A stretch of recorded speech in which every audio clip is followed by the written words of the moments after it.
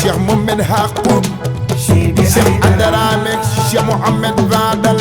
Cheikh Saad bu Sibi bete bete Serif la Soxna Suwadu moo di yaayam Cheikh Samba Bambare Cheikh na Cheikh Sidati Cheikh Mohamed Hakoum Cheikh na Cheikh Adarame Cheikh Adarame Cheikh Mohamed Fadal maa xam ngeen Sibi bete bete Serif la Sibi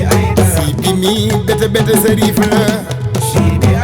su fan wi guddee mu doon guy ñaari doomi Cheikh Mohamed Fadal la ko jur yéen taalibe yi ku ngeen bëgg yéen ku ngeen gëm aslamtu nafsi yaa ma ci doy Cheikh Saadu Aydara Serif nga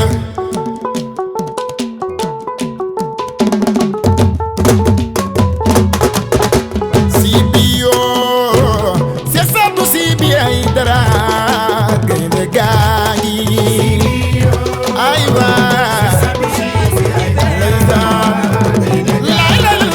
Sibi yoo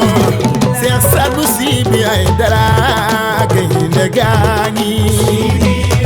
ndeysaan yow mi tugi jël sama moo ni woon gaynde du laal alalu gaynde gaa ngi Saadu Sibi ndeysaan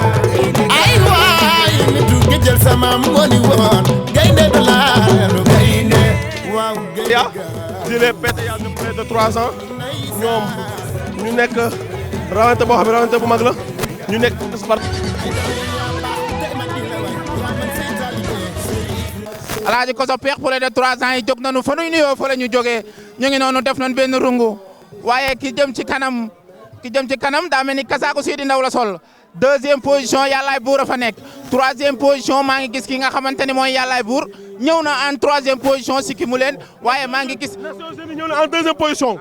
Nations Unies ñëw na en 2e position waaye fas yi moo génn dafa mel ni fasu si Adja Thioro Gueye moo génn Adja Thioro Gueye moo génn en 2e position Nations Unies waaye gis naa Perle Fine ak Yàllaay Buur nu lang def benn fas Perle Fine ak Yàllaay Buur nañu def fas ñu ngi noonu sikki mu ki nga xamante ni mooy Nations Unies mu nekk en 2e position 1e position Adja Thioro Gueye moo fa nekk 2e position Nations Unies 3e position diggante Perle Fine ak Yàllaay Buur ñoo fa nekk Yemar Gueye teg na ay loxoom nee na ko dañuy jàpp doo ko daw ndax 1650 mètres la ñu war a daw waaye maa ngi gis le numéro 7 di ki nga xamante ni mooy Massamba Wali Jalañ mi ngi ci biir groupe bi waaye maa ngi noonu di tourner si journalu professeur Sakhir Thiam bi jub li nga xamante ni mooy maire Aïda Mbaye borom ceebu jën bu neex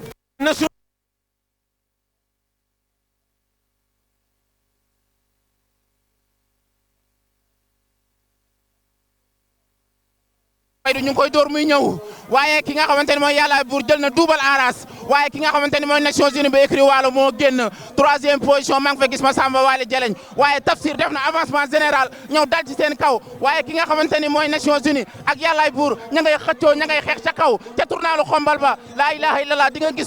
rawante bu neex Alaaji Koso Yàllaay Buur génn na 2e position Nations Unies ñoom ñaar ñi ngay xeex mais Nations Unies bañ na ànd nañ nekk benn fas 3e position Faydu 2 moo fa nekk 3e position Faydu 2 3e position Faydu 2 waaye Nations Unies Yàllaay Buur génn nañ si tournalu 200 mètres bi di ñëw bu ñu ñëwee dañuy téye waaye caravage yaa ngay tàkk Alaaji Koso Nations Unies Yàllaay Buur ña ngay xëccoo li nga xamante ni mooy kanam gi waaye ba tey Yàllaay Buur moo génn 2e position ak ki nga xamante ni mooy Nations Unies Yàllaay Buur a ngi noonu Yàllaay Buur signé sa 3e réalisation mi ngi noonu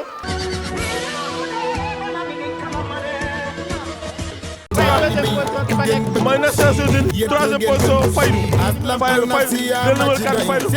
mooy écrit bu Papillon moo ñëw jël li nga mooy en 3e position mu nekk li nga xamante ne tey mooy rawante bu mag waaw lii mooy course dawal nañu ba tey waaw coow mooy julli si yonante bi di sant sama ñaari waajur waaw course moom lii kese la woon waaw parce que da nga ne foofu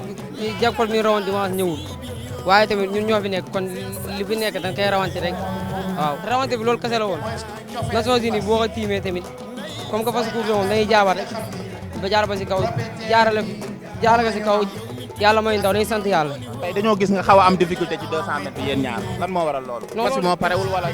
yaa doxal stratégie. sant yàlla rek fas yi moom lépp ñuy daw développement muy gën a baax